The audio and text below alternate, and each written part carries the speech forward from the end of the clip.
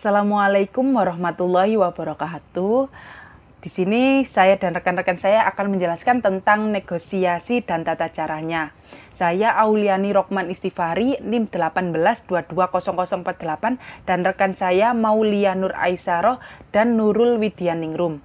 Yang pertama saya akan menjelaskan tentang pengertian negosiasi terlebih dahulu. Secara umum kata negosiasi berawal dari kata to negotiate, to be negotiating dalam bahasa Inggris yang berarti merundingkan, membicarakan kemungkinan dengan suatu kondisi atau menawar. Sedangkan kata turunannya antara lain negotiation yang berarti menunjukkan suatu proses atau aktivitas untuk merundingkan, membicarakan sesuatu hal untuk disepakati orang lain. Sedangkan pengertian negosiasi di dalam Undang-Undang Nomor 30 Tahun 1999 tentang arbitrase dan alternatif penyelesaian sengketa atau UU AAPS diatur dalam pasal 6 ayat 2 yang berisi penyelesaian sengketa atau beda pendapat melalui alternatif penyelesaian sengketa sebagaimana dimaksud dalam ayat 1 diselesaikan dalam pertemuan langsung oleh para pihak dalam waktu lama 14 hari dan hasilnya dituangkan dalam suatu kesepakatan tertulis. Dan kata pertemuan dituangkan dalam dan kata pertemuan langsung oleh para pihak di atas menunjukkan bahwa penyelesaian sengketa atau beda pendapat diselesaikan dengan cara negosiasi. Dengan demikian dapat disimpulkan bahwa negosiasi adalah cara penyelesaian sengketa di luar pengadilan untuk mencapai kesepakatan yang dilakukan oleh pihak-pihak yang bersengketa secara langsung, tanpa adanya keterlibatan pihak ketiga sebagai penengah, dan hasil kesepakatan tersebut dituangkan dalam bentuk tertulis. Dan adapun proses atau tahapan negosiasi, yang pertama yaitu tahapan persiapan. Hal pertama yang penting untuk mempersiapkan mengenai apa saja yang dibutuhkan, diinginkan, diharapkan, dikehendaki dalam proses negosiasi, hal-hal yang perlu diperhatikan adalah yang pertama mempersiapkan materi yang akan dinegosiasikan. Yang kedua menetapkan tujuan dan target yang akan dicapai. Yang ketiga mempelajari siapa pihak lawan. Seperti contoh kepribadiannya, sifatnya, karakter, dan lain-lain. Yang keempat yaitu mempersiapkan alternatif penyelesaiannya. Dan kemudian yang kedua yaitu ada tahap tawar-menawar, yang mana di tahap ini negosiator menetapkan posisi tawaran awal dalam proses negosiasi yang sedang berlangsung. Yang ketiga yaitu ada tahap konklusi, yang mana tahap ini seorang negosiator harus tepat dalam melakukan kalkulasi dalam tawaran-tawaran yang telah disampaikan pihak lawan, menganalisa setiap tawaran dengan tepat baik sisi positif dan negatif. Setelah itu mengambil keputusan untuk ditarik kesimpulan terhadap tawaran yang sangat menentukan kepentingan bersama. Yang keempat yaitu tahap akhir, yang mana pada tahap ini proses atau tahapan negosiasi diakhiri dengan pembuatan komitmen atau tidak membatalkan komitmen yang dinyatakan pada tahap konklusi.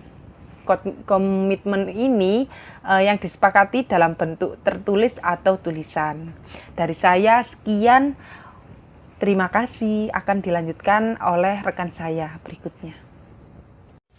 Assalamualaikum warahmatullahi wabarakatuh. Nama saya Maulia Nur Aisyah, NIM 18220047. Di sini saya akan menjelaskan mengenai jenis-jenis negosiasi dan juga teknik bernegosiasi. Yang pertama kita akan bahas tentang jenis-jenis negosiasi. Nah, jenis negosiasi ini itu dapat dilihat berdasarkan situasi, jumlah negosiator, dan hasil dari negosiasi. Yang pertama yaitu negosiasi berdasarkan situasi. ini tuh dibagi menjadi dua, yaitu negosiasi formal dan negosiasi non formal. Negosiasi formal itu bercirikan bahwa adanya sebuah perjanjian atau hitam di atas putih yang sah secara hukum. Yang kedua yaitu negosiasi non formal atau informal. Negosiasi ini tuh tidak membutuhkan suatu perjanjian khusus yang melibatkan hukum. Yang kedua yaitu negosiasi berdasarkan jumlah negosiator. Dalam hal ini itu tuh dibagi menjadi dua, yaitu negosiasi dengan pihak penengah dan negosiasi tanpa pihak penengah. Negosiasi dengan pihak penengah itu tuh pihak penengah bertugas untuk dapat memberikan keputusan akhir negosiasi tersebut. Nah, untuk negosiasi tanpa penengah ini tuh keputusan negosiasi tergantung pada pihak yang bernegosiasi. Yang ketiga yaitu negosiasi berdasarkan untung rugi atau hasil dari negosiasi. Yang pertama yaitu negosiasi kolaborasi, yaitu win-win. Para negosiator akan berusaha mencapai kesepakatan dengan menggabungkan kepentingan masing-masing. Yang kedua yaitu negosiasi dominan, di mana negosiator juga akan mendapat sebuah keuntungan besar dari kesepakatan yang dicapai, sementara pihak lawan negosiasi juga akan mendapat sebuah keuntungan namun lebih kecil. Nah, yang ketiga yaitu negosiasi akomodasi atau loss win, di mana negosiator akan mendapat keuntungan sangat kecil, sementara pihak lawan itu mendapatkan keuntungan lebih besar. Nah, kemudian negosiasi menghindari konflik atau kedua pihak itu tidak bersepakat untuk dapat menyelesaikan konflik.